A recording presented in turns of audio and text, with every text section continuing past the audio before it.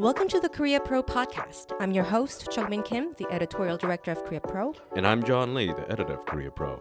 Join us for a weekly 15-minute conversation as we dive into the most pressing stories shaping South Korea and dissect the most complicated ones for you.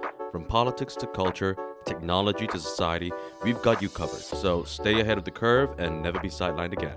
So get ready for a fresh perspective on South Korea's news. This is the Korea Pro podcast. All right, welcome back to another episode of the Korea Pro podcast. Today is March 7th, and it is slightly before noon. And all right, Jung-min, things have been going on for this week again. The president made quite a bit of a speech, and apparently it's gotten quite a bit of response, some of them quite positive, some of them quite cynical. What exactly was his address that the president gave? Well, the context is that he has been doing this multiple topic, a series of debates/seminar with ordinary citizens in diverse sectors, and this People's livelihood debates, I believe that's what the right. presidential It's office very calling it. 민생 토론회, Yeah. and there has been, I think, more than a dozen that he has done so far, including the medical reform a few weeks ago. But this week it was on youth policy. Why is the timing so important that he's doing this? This is, I forget how many times I've already mentioned this phrase by this point, but it's about the parliamentary elections, and it's coming up in about a month now. And of course, the ruling party has gotten the senior party votes down, but now they want to expand it. They want to try to expand the gap between themselves and the Democratic Party as much as possible, and so they're going after the youth votes. Also, the youth votes, many of them are expected to go into the third party as well. Sure, the New Futures Party. And the New Reform Party as well by Lee Jun-suk, who usually garners some young male voters' vote. And what were these policies that he suggested? They were not exactly new ideas, but there were a lot of different policies that he said that he will go for. Well, Yoon is a conservative, and it would be weird if a conservative did not ever say the words tax cuts, or in this case, tax exemptions. I believe the most ridiculous one was to make gym and swimming pool memberships tax exempt, at least the fees that people pay for them tax exempt. And I believe you had quite a bit of reaction to that. I'm tempted to, endorse it, but go on. And of course, that might have been the more silly one, but the more serious one is making tax exempt status for maternity leave incentives. Now, companies usually pay... And also birth incentive for giving birth. Sure. Now, a number of companies like Puyong, for example, have been giving their employees incentives, financial incentives, to actually get married, to have children. And Yoon was saying that these financial incentives have been taxed, and that is unjust, and that the government will now make those funds tax exempt. So, are there any concerns about this? It's actually a great idea, I'm not going to lie, I love tax cuts myself personally. Like, who doesn't? Who doesn't? But of course, it's about the timing of the issue, isn't it? Could you please tell us a bit more about the timing? Well, it comes as both major parties are struggling to come up with creative new ideas to gain voters' attention, young They're voters. struggling to come up with new ideas? Attention, No! because they are very uncreative so far when it comes to youth policy. And then when Lee Jun-suk, the head of New Futures Party, former PPP, came up with this idea about having women serve military positions if they want to serve public office jobs. Brilliant idea. Well, yeah, but the conservative media outlets did write editorials at the time saying that, damn, this should have been the conservative major parties. Well, of course they like that policy. idea. They don't exactly have a lot of ideas themselves, so... It's not that Yoon's policies are bad or that they are completely new, but that this could be seen very easily as populist ideas, just considering the timing, even if the policy itself is very good. Right, this problem did not appear out of nowhere just yesterday. It's been going on for a long time. If he had this idea, he could have done it last year when there were already record low birth rates in this country. Yeah, but it wouldn't have led to that, I suppose, last-minute vote bump. So But I guess it's a good time now. Right, and we have seen this going on and on and on, like whenever there are administrations and there are midterm elections as well. This keeps happening. So this in and of itself is not new. But what I found particularly fascinating in his speech was that, you know how the President Yoon loves the word cartel? Oh, yes. He sees them everywhere. Right. So what were the examples of cartels that he referred to before so far in the past year? The unions have a are list. cartels, the doctors are cartels, the nurses are cartels, the telecommunication companies are cartels, banks are Hagwons cartels, are cartels, private academies are cartels. he sees cartels everywhere. I just want to sit down with the president and ask him, is this cartel in the room with us right now? He just might say yes. Maybe we are a cartel from his point Most of view. likely, yeah. Media cartel. Media cartel. The reason why I bring it up is because he used that term again in the youth policy speech. He was claiming. Who did he refer to as cartels this time? Well, he was referring that to the youth, saying that they are not cartels. Very rare, very rare species that are not impacted by the idea of cartel, because his argument is these are so young people. And they're so young and innocent, and they don't know how the world works. Right. It's more like because they are young, they have not been roped into too many like interest-based groups yet in the society, so they're not cartels. But look at the doctors right now. Yeah, sure.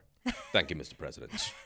Moving on, next topic. Cost sharing. We have been monitoring this quite a while, for a few weeks at least, and it seems like it is confirmed-ish that South Korea and the U.S. decided to go ahead with the new negotiation for the next round of cost sharing earlier than expected. It's the Special Measures Agreement. It's the 12th one since 1991. Both the U.S. and South Korea have been negotiating once every few years to discuss how much South Korea should contribute to U.S. troops that are stationed in South Korea. Now, we talked about this before, but it's because of, Donald Trump. When Donald Trump was president and South Korea and the U.S. were negotiating this the last time, Trump reportedly wanted to increase South Korea's cost-sharing burden by 400% or $5 billion. Currently, South Korea is paying a little over $1 billion right now. It was paid in 2021. And this term is supposed to go up till the end of 2025. But of course, Trump, and hence the negotiations are being fast-tracked at the moment. Haley was out yesterday, right? Nikki Haley is out. And I remember the last time I said I bet that Donald Trump is going to be the Republican nominee, and you said, what are you willing to bet? And I should have made that bet, because now it's like 99.99% confirmed that he will be the Republican nominee. Yeah, it's 100%, I would say. But now that the rematch between Biden and Trump is a real life situation that's going on. Exciting. What are some of the things that South Korea should be mindful of or actively prepare for? Well, besides the cost-sharing agreements, of course, there's going to be trade.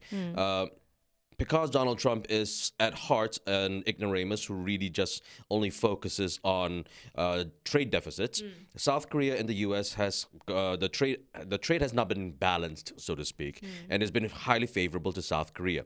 And with this, Donald Trump is most 100% guaranteed to bring up tariffs on South Korean automobiles, South Korean cement, and South Korean exports in general if he wins the presidential election. Can you explain a little more on what kind of what it will look like, bringing up tariffs issue? Well, he's going to want to renegotiate the Chorus FTA again. Now, the last time when the FTA agreement was renegotiated, it was done on a very surface level, and it didn't really impact South Korea all that much.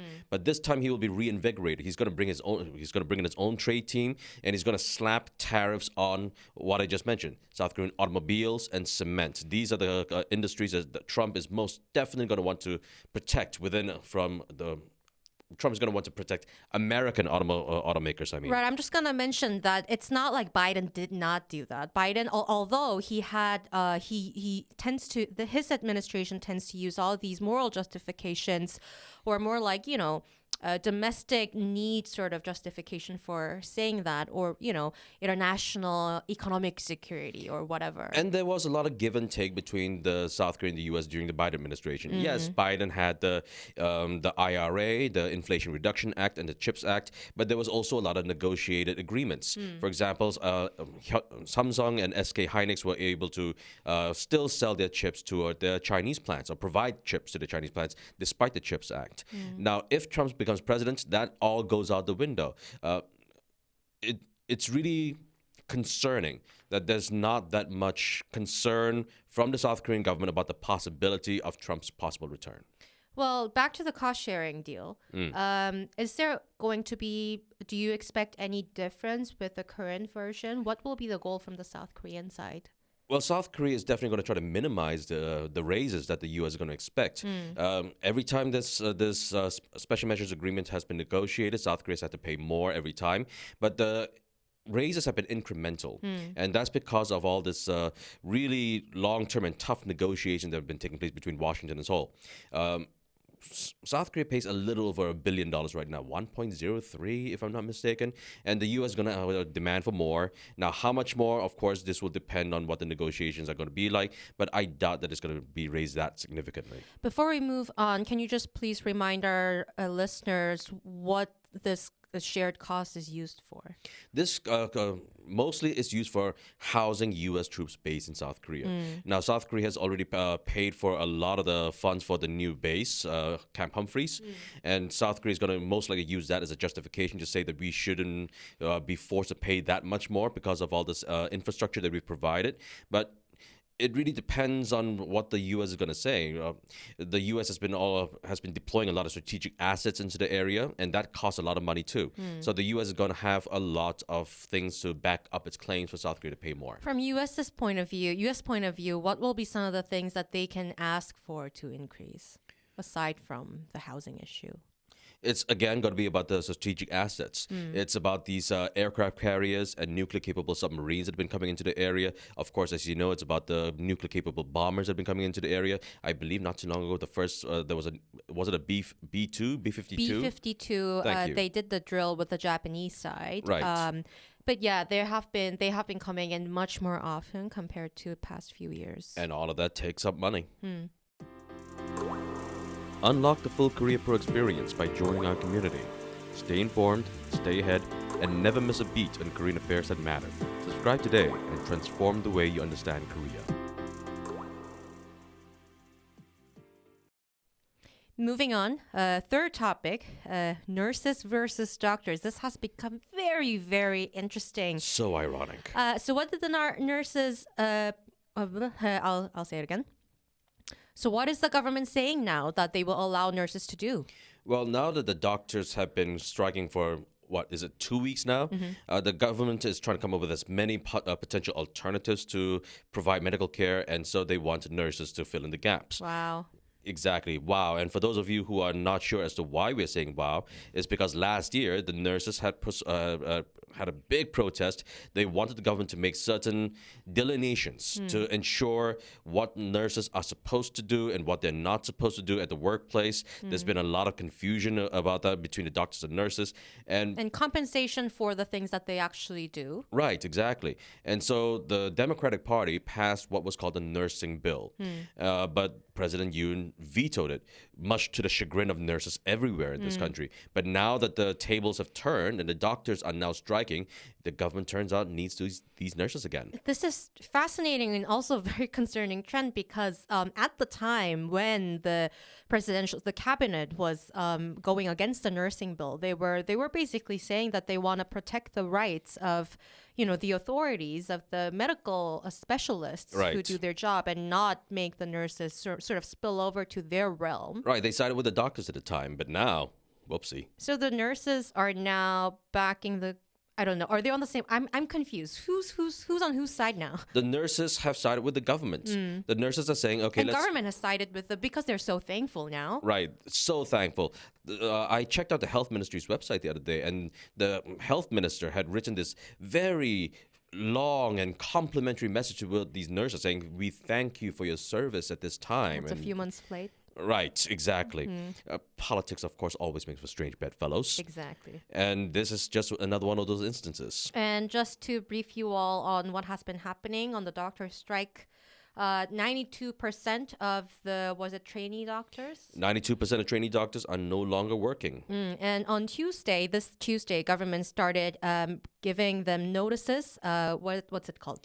Preliminary notices before they start suspending their medical licenses. For about 3 months, according to what the government says. But even if they're only suspending for 3 months, it's going to have long-term cascading effects. And now the Doctors Association, including the main one, the KMA, Korean Medical Association, they are filing administrative lawsuit, should I say, against the government. I'm not quite sure on what grounds they're passing this lawsuit, though. I think they're basically saying that it's unconstitutional to push for something like that. Well, everyone says everything is unconstitutional, so we'll have to see how this goes. But the reason why I bring this up before the week ahead is that if they start doing lawsuits, it's going to take a long time before they actually negotiate or stop the strike.